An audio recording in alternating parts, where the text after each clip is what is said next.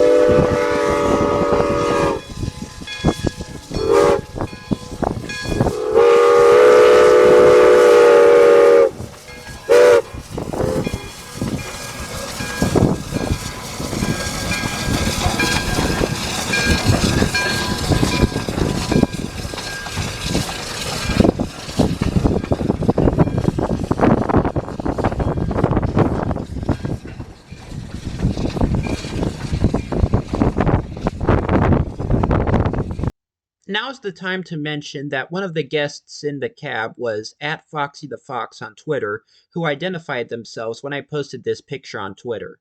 Here are the diesel train on Union Pacific tracks that run through town.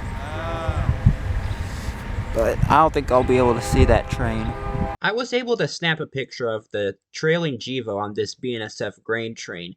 An H2-9 was up front.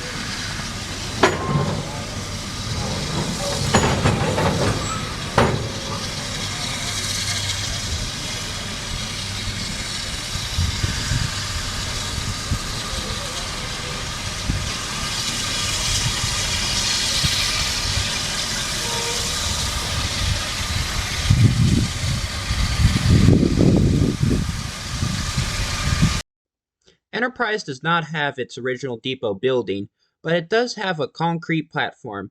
This caboose body now serves as a depot. There is also this rusted coach body resting on some old ties. I noticed the remains of a traction engine boiler behind it. This Union Switch and Signal tri-light signal is of a 1917 patented design, but was probably made well after that date.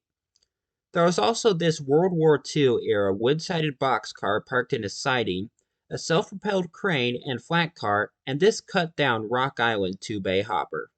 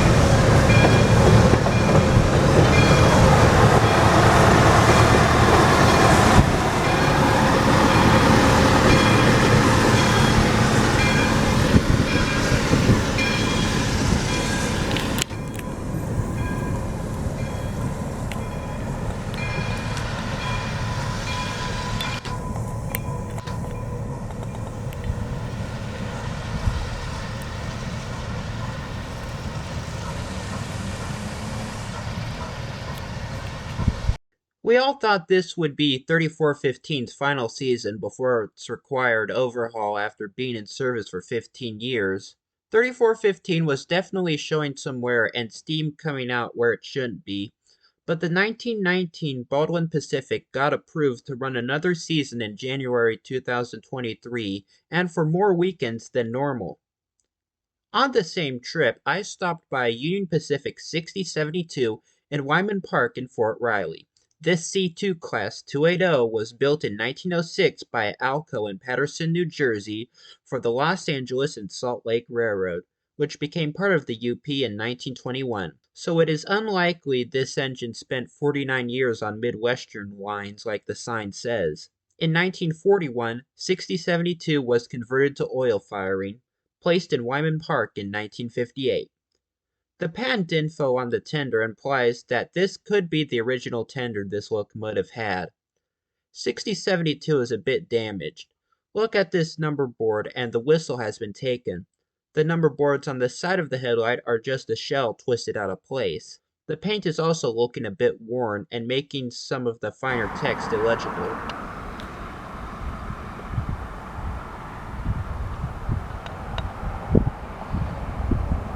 You can only access the cab from the large walkway on the left side. Some parts have been painted red and aren't seized up.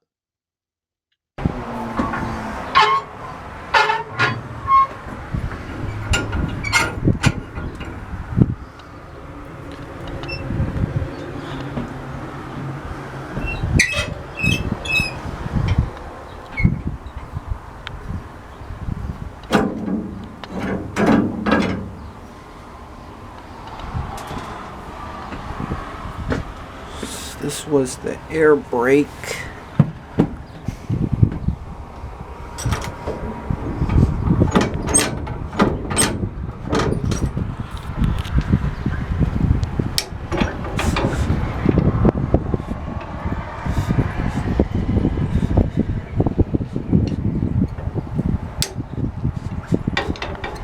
I noticed some of the paint on the throttle has peeled off to reveal 6072 has been stamped onto it.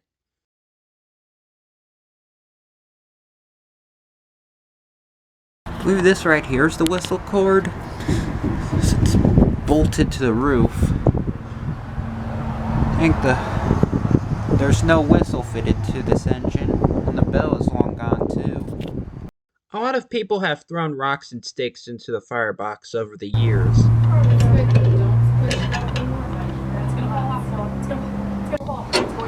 Take a look at it. You gotta look.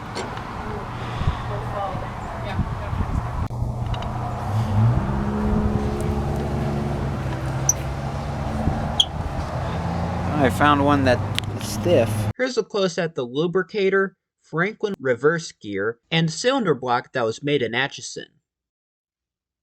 With this locomotive being at an active military base, you'll need to stop at the entrance and get a temporary visitor's pass to visit it. My dad had to go to a work site in Fort Riley, so that's how I managed to see it on this trip. People in Fort Riley don't have time to care for this engine, and those that do can't enter Fort Riley all the time, so hopefully this engine gets moved to Abilene for restoration. Before we go, I got a couple pictures of the Fort Riley railhead and this paved over crossing in Manhattan.